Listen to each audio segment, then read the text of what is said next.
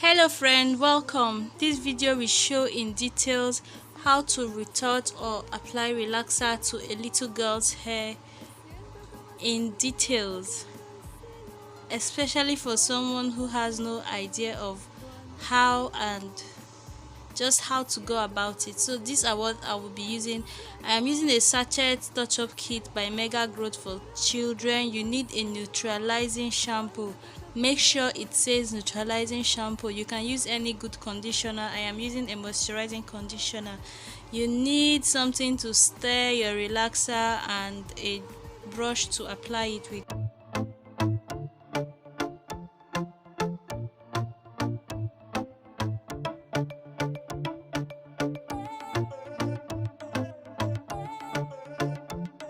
I used, this is just a regular hair cream we have here, so any hair grease will be fine.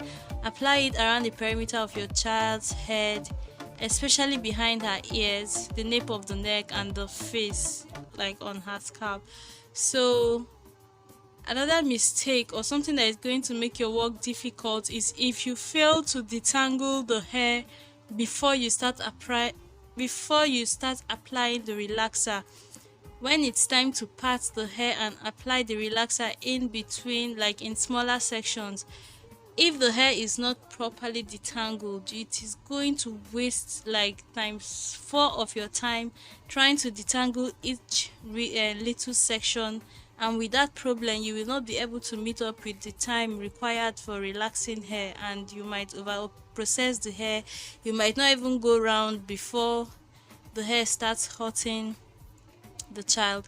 So because I just wanted to soften up the hair a little so that when I make the sections it will be faster, I apply the relaxer to the perimeters of the hair and just rub it in a little. It softens the hair so that I can part in sections, and then when I am done doing that to the 3 sections, I start sectioning the hair in small sections to make sure the relaxer gets everywhere. Now as you can see, when it's time to apply the relaxer, I apply on the left hand side. Like after parting out the section, I apply on the right hand side and then on the left hand side.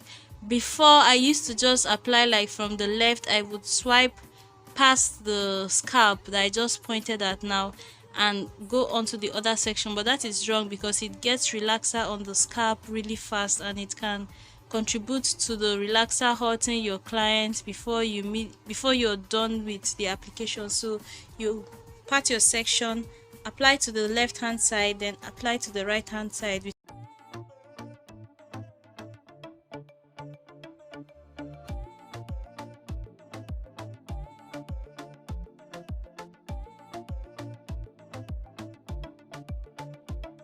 Because the edge is usually cleaner, like the edges of our hair is usually cleaner than the inside because water touches there when we bathe, and then even if there is dirt there, sweat and moisture and whatever breaks down that dirt, and it is the dirt that prevents relaxer from hurting you fast. So it is always best to leave that for the last. When I felt like when I was done, I felt like just massaging the relaxer into the hair a little didn't get the hair as flat as I need it to be. So I just lightly, like I don't comb all the way. I just comb the base of the hair a little. Neutralizing shampoo so that if you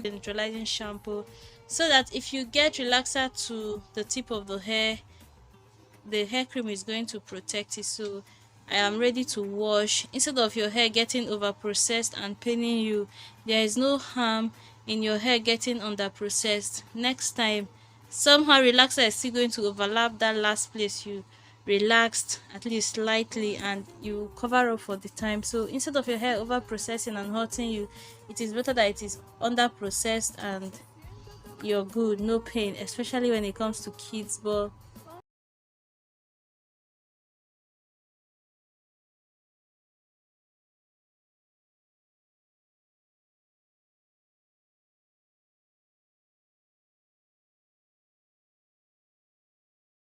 and then I kept washing that hair until I could no more see relaxer.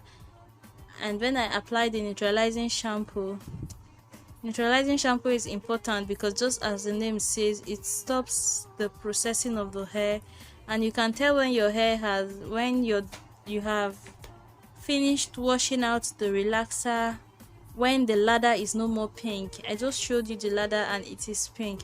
It is not even as pink as it can be because I have washed off a lot of the relaxer. If you apply this to a hair with a lot of relaxer, it will be way more pigmented and pink.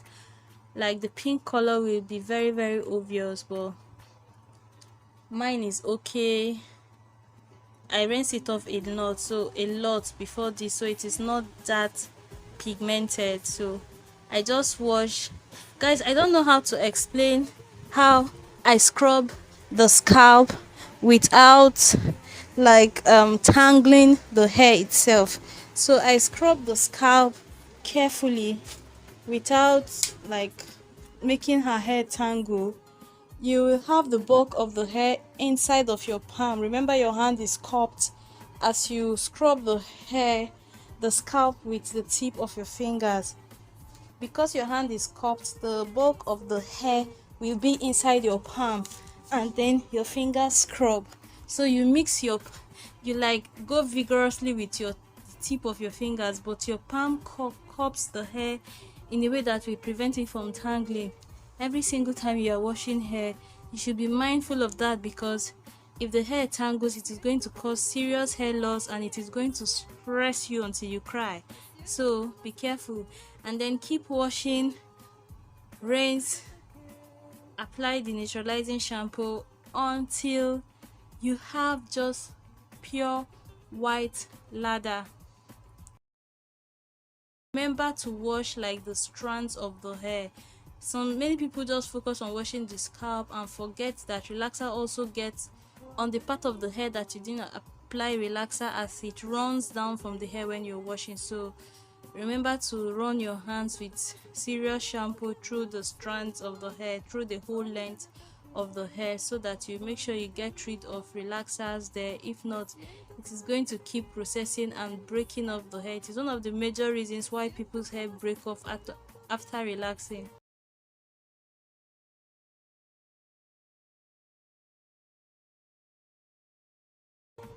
When you are done with washing with shampoo, you apply your relaxer. When you rub it into the hair, especially the hair strands, then you comb the hair with the conditioner in the hair before you do the final rinse, and then thoroughly dry.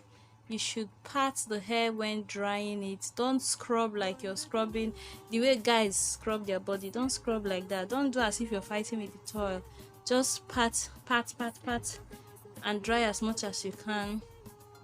So because I was not in the mood for it's hot, I used low heat and just balanced there and took my time to just keep drying the hair. And I wasn't aiming for bone straight hair, because I was just going to pack her hair until after some days I can then deep condition her hair. I don't deep condition on the day I wash, because if you have any tiny pain on your hair, any bruise or any scratch at all or anything, once the deep conditioner gets into it, it will hurt you. So with everybody that I just leave the deep conditioning to like some days later, when we are sure if there's anything at all it's healed. So after like 2 days, I am going to deep condition her hair. This is what we came out with. We just blow dried, not too much, not badly.